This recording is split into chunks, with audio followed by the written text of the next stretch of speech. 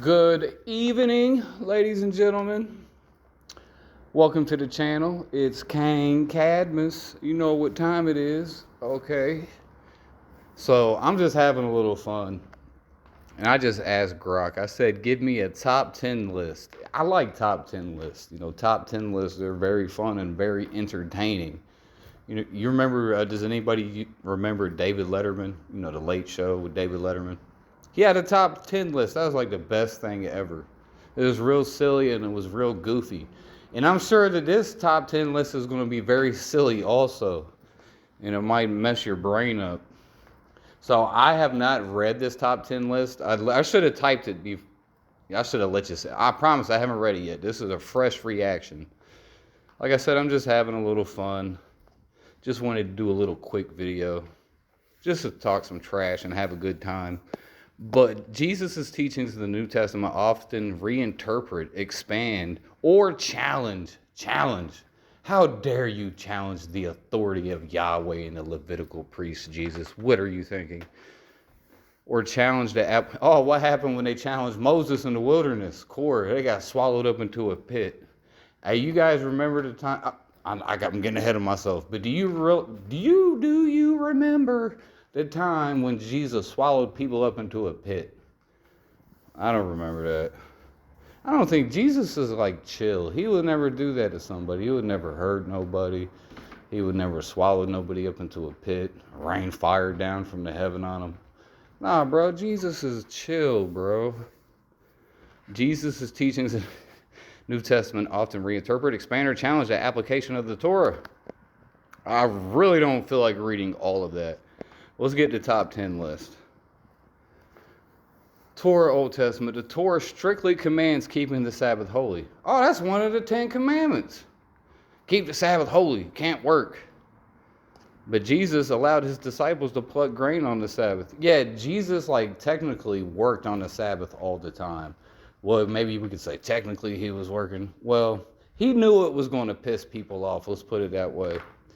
And actually, the word Saturn in Hebrew comes from the Hebrew word rest, or Shabbat, rest, Sabbath. Sabbath means rest. But it actually comes from the Hebrew word Shabbai, or however you want to say it, Shabbai, which means seven, Sheba, seven. All right, Shabbat, Sheba.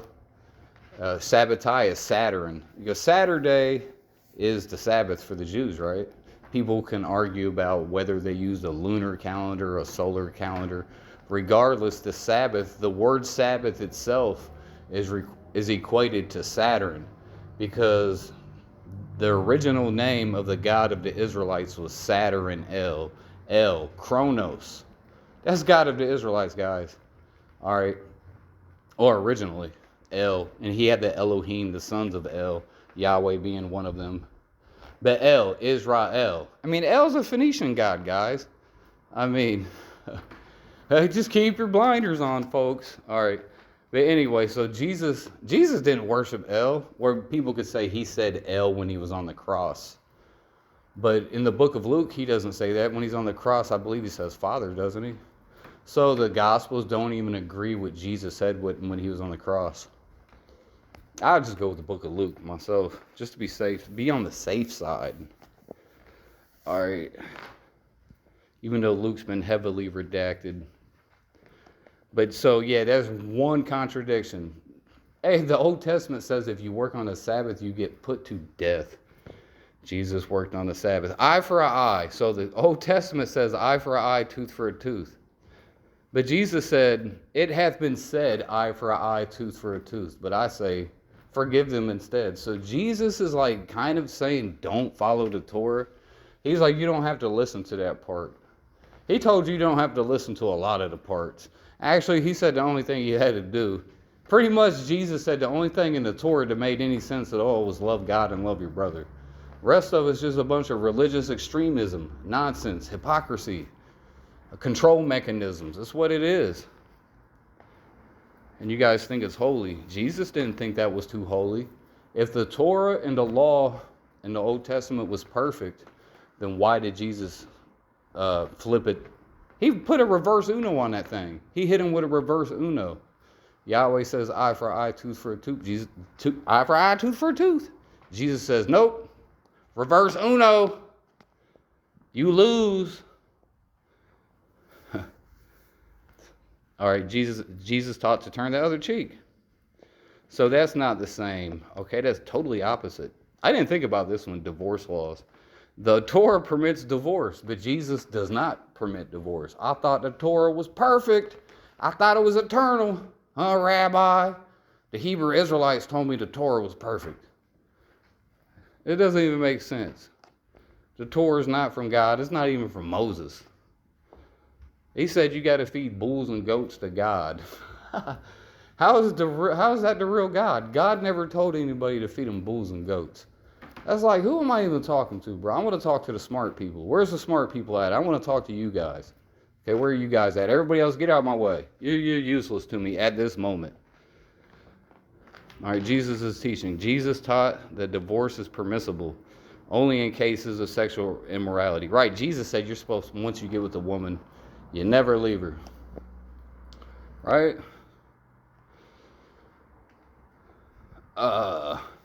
Yeah, and Jesus says in the beginning it was not so. Is he referencing the book of Genesis? Look, bro. Jesus is telling you that the Torah was wrong and it has error, it's flawed. All right, just like the God of the Torah is flawed because the priest that wrote it, he was flawed. All right, oaths and vows. Oh, this is a really good point. Like, how come nobody ever talks about this? Like, this is like Grok. Bro, I love you, Grok.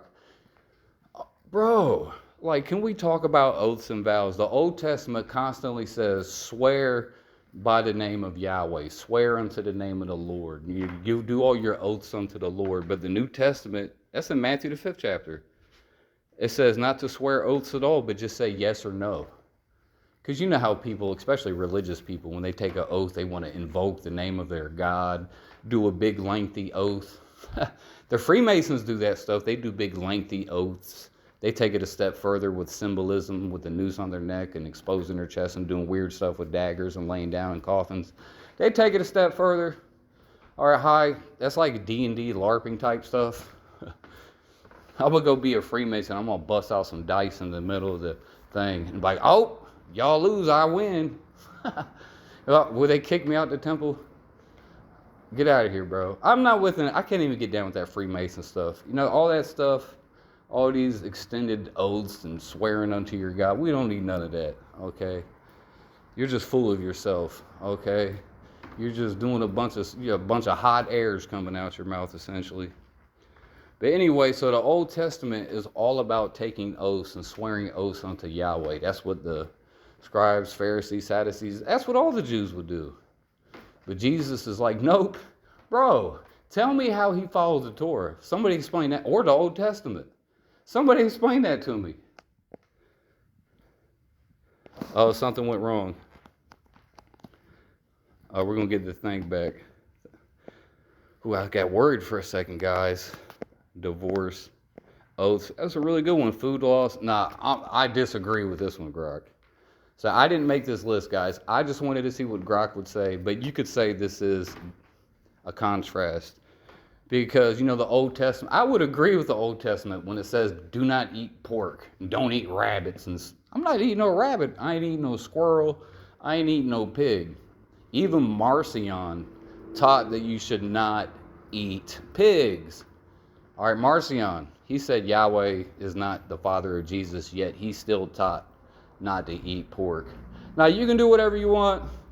Doesn't make you evil, but it doesn't make you healthy either. Okay, so you don't want to take your health serious, that's on you. Okay, I barely eat meat at all because I don't like causing pain and suffering on other creatures. I don't like putting pain in, I don't like causing pain and suffering. So I try my best not to eat animals. I think Marcion would probably agree with that. Pythagoras would probably agree with that. So I'm like Pythagoras over here, y'all. I don't know who you're trying to emulate. It's like Jesus, baby. Well, the New Testament said Jesus ate fish. I don't like fish. I don't know if Jesus actually ate fish. That's just what the story says. I don't like fish. Okay, I think fish are weird. They're creepy. They give me the creeps. So I'm not eating it. All right, food laws. All right, there's another one. Love for your enemies. Torah commands love for neighbors, but allows enmity towards certain enemies. Right. See, the Torah does say to love your neighbor, meaning your literal actual neighbor, a fellow Israelite. But the other nations, destroy them all, enslave them all, charge them all usury. Literally, Deuteronomy 28th chapter says, if you bow down, worship Yahweh, he will give you power over all the nations. Obadiah 18, Yahweh commands that all the Edomites will all be genocided. There shall be none remaining of the house of Esau, for the Lord hath spoken it. So Yahweh does not love everyone. Jesus loves everybody. He's chill. Yahweh not so much. Okay, he hates everybody except for the Israelites. The Israelites are the apple of his eye. Everybody else goes into slavery. It's pretty simple, guys. The religion of the Old Testament is the Israelites are the kings and the rulers of the earth as long as they follow Yahweh. And all non-Israelites go into slavery. It might be a decent slavery. You just have to pay tribute. Maybe the Israelites will take care of you. Maybe they won't. Well, the Edomites, we know for sure all Edomites will be destroyed according to biblical prophecy in Obadiah and Deuteronomy. The Amalekites, it says there will be none remaining of the Amalekites either. So, yeah. Deuteronomy 30 and 7. Oh, what about Psalms 139? You know, where it said David, a man after the most high, after Yahweh's own heart, they say. He says, I hate them that hate thee, Lord. I count them mine enemies. I hate them with a perfect hatred. So that contradicts the teachings of Jesus. Jesus never said to hate the enemy, to hate your enemies with a perfect hatred. He said to love your enemies. And that's what got the Jews messed up, because they hated the Romans. They wanted to follow the Torah to the best of their ability. So they instead of working with the Romans, capitulating a little bit with them, instead of working with them, trying to, come up with some kind of agreement, they just hated them and put curses on them. So Hadrian had enough eventually. He just killed all of them and burnt the temple. The temple was already burnt. Hadrian just leveled everything. Temple was burnt down under them by Titus. But later on, Rome had enough of it, bro. Rome had enough and had seen enough of the religious extremism of Judaism, because it teaches you to hate everybody and curse everybody. You can't work with people like that. And that's why Judaism in the Old Testament is a bad religion. It's bad, guys. It's not good. I mean, there's good stuff in the Old Testament. The book of Ecclesiastes is fantastic. I love it. Yahweh's not in there. All right. Well, Jesus clearly said to love your enemies. Love the Romans, not put curses on them, dummies. So how is that the same? It's the dumb test. The Old Testament says to hate your enemies, put curses on them. Deuteronomy 30 and 7, Psalms 139. Okay, for starters. But Jesus says to love your enemies and to bless those that curse thee. The Old Testament says to curse those that curse thee. That's in Genesis 12 and 3. Genesis 27 and 29. There's one in Numbers, I forget. Deuteronomy 30 and 7, once again, says to curse those that curse thee. But Jesus said, nope, bless those that curse thee. Love your enemies. All right, do good to those who persecute you. Who was persecuting the Jews, guys, during the time of Jesus? Who was persecuting the Jews? Do you even know? Are you dumb or are you smart? Huh? Can we figure it out? Who was persecuting the Jews, guys? It was the Romans. Jesus said to love the Romans. All right, you guys ain't gonna mess with me. All right, ritual versus inner purity. Torah emphasizes ritual purity through law and cleanliness and sacrifices. Yeah, like the real God actually told somebody to sacrifice a bull and a goat. Like God really got hungry. I'm hungry. Like God really came down here and taught us and instructed us in the science and methodology of how to put your sins inside of a goat. Like, how do you do that? Is there science behind that? on how you can put sins inside of a goat. To me, that sounds like barbaric caveman religion. That's what it sounds like to me. That's my opinion, which I'm entitled to. Jesus prioritizes inner purity. That's what I'm talking about. Jesus was on a way higher level than any of those Levitical priests. They were all essentially retarded. All right, tension down, whatever. Adultery. Torah prohibits physical adultery. Jesus equates lustful thoughts with adultery.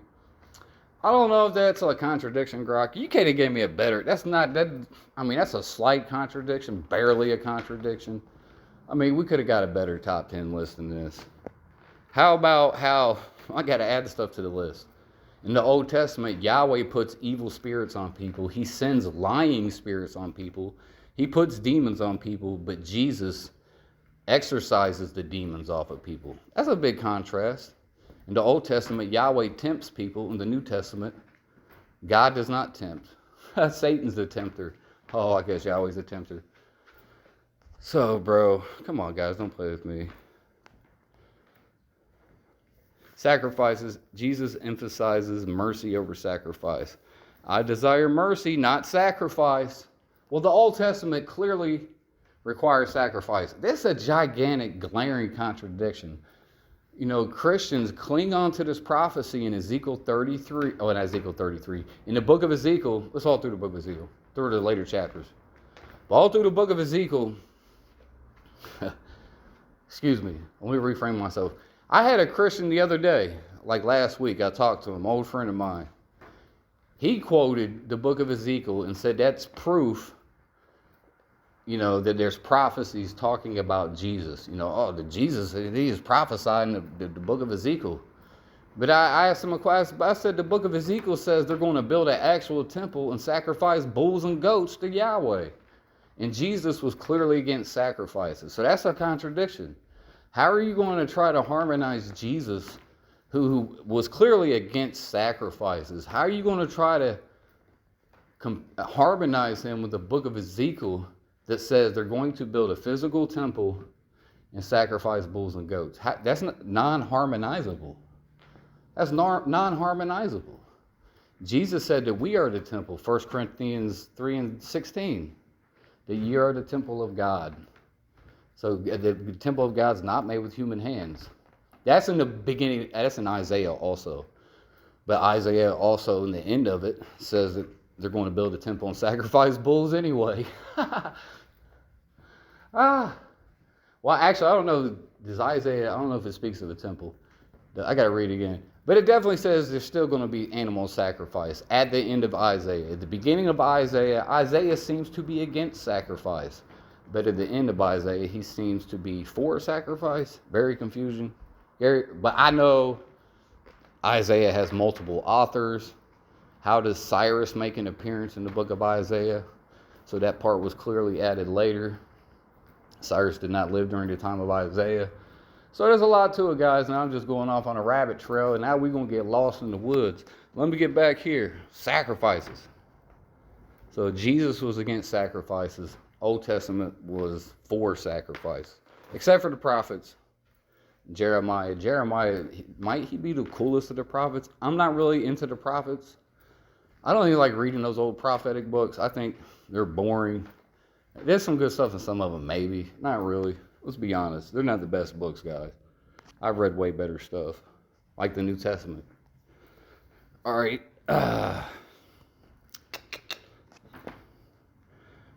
Did I already read? Okay. 10. Priests and leaders interpret the law.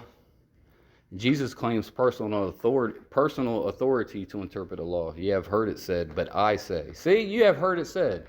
Where did they hear that was said? They heard it said when the priest was reading the Torah to them. So Jesus always says, you heard it's been said. He says that a lot, bro. You heard it was said in the Torah, but I say this. So how is the law eternal? You have the Jews, Hebrew Israelites, a lot of Christians. They say the law is eternal, non-changing, it's forever. Yahweh never changes. Malachi 3:6. Yeah, they should have. Right? You should never put that one in the Bible. Malachi 3 and 6, Yahweh never changes. For somebody that never changes, he sure changes a lot. But no, I believe Yahweh doesn't change. He stays a storm God. He stays not being Jesus' father. He stays being an ancient, barbaric, primitive warlord God. A god of barbarian. That's a god of the people on Conan the Barbarian when they were doing sacrifices. That's crazy stuff. That's ancient barbaric worship, bro. That's a caveman religion, like literal. Jesus claimed to fulfill the Torah, Matthew 5:17. Claimed to fulfill what Torah? That's another question, even though Matthew is a heavily Judaized book. Like Matthew says, blessed are the poor in spirit, Matthew 5. But Luke says, blessed are the poor. I did a whole video on this going in depth. That's one way of how Matthew Judaized Jesus' message. Just taking a simple phrase like blessed are the poor and extending it to say blessed are the poor in spirit. Because the Jews worship money. Because the Jews were very rich people. So they were like, oh, that's weird, that's a problem. And according to Deuteronomy 28, which is Deuteronomy 28 is called the blessings and the curses for Israel. So it has a list of all the good things and all the blessings that will happen to you if you will obey Yahweh. But it also gives you a long, extensive list of bad things that will happen to you. Horrible, terrible things that will happen to you if you do not obey Yahweh. And one of those things is being poor. According to Deuteronomy 28, being poor is a punishment and it is a curse. So that's why Jesus said, blessed are the poor, not cursed. He flipped it, reverse uno, every time. Jesus wasn't even a Jew. I really don't, maybe his mom was, if that was really his mom. I was listening to Captain Tazariak, and who's that Wilson, Andrew Wilson guy debate. I listened to it for about 10 minutes. I had to turn it off because that Captain Tazariak guy is so dumb.